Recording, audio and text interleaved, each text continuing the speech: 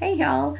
Hope you're out there staying warm. We in Chattanooga have had quite a snowstorm the past few days, and I thought I'd share a little bit of what happened this week with y'all. So Chattanooga is in the south. We're not used to snow at all.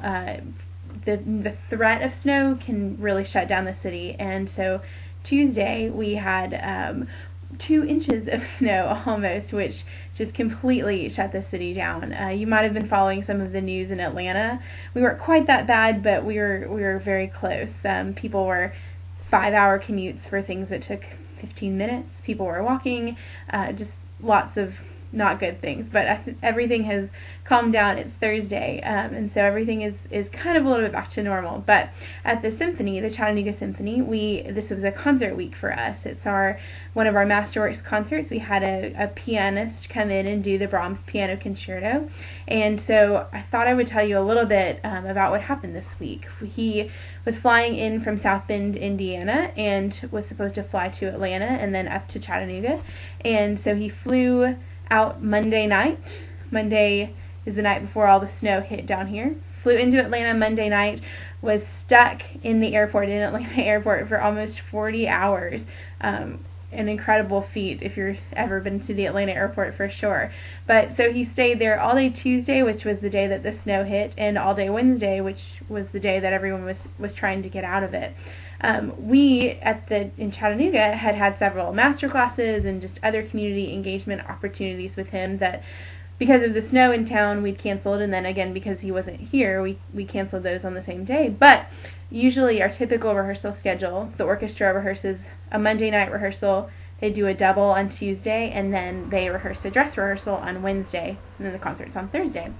Well, if the guest artist usually comes in on Tuesday, but he's not there for a rehearsal, that was okay. They were going to keep going on with the rehearsal, but by the time that rehearsal was getting close to starting, the roads were getting bad, people wouldn't have been able to get home, and so our personnel and our administration decided to call the rehearsal off for Tuesday. That's a double that we canceled 2 of them.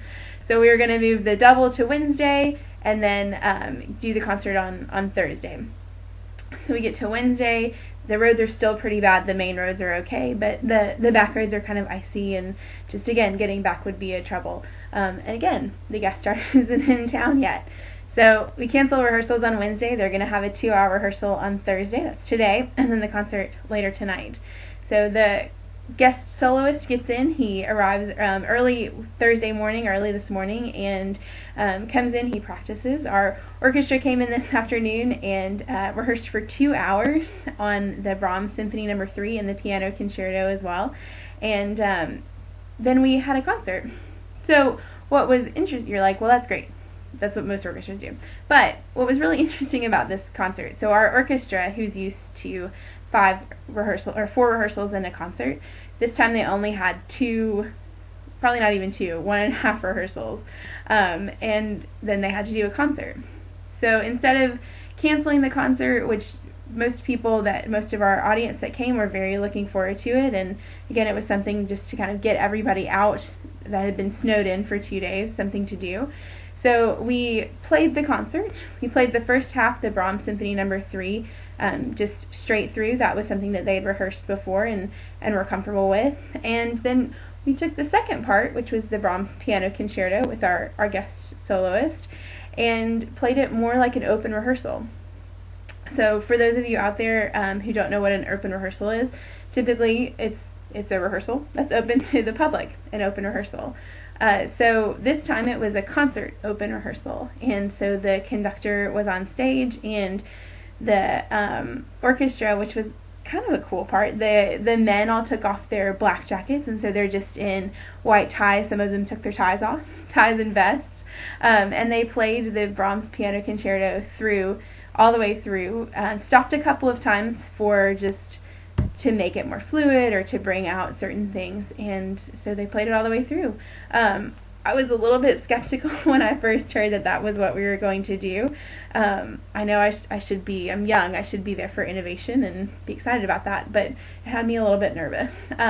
But after the concert, we heard rave reviews from most of our audience. There's just a slight handful of people who missed it, but most part, everybody just thought it was a really neat experience to be able to come in and see a little bit of what an actual rehearsal is like.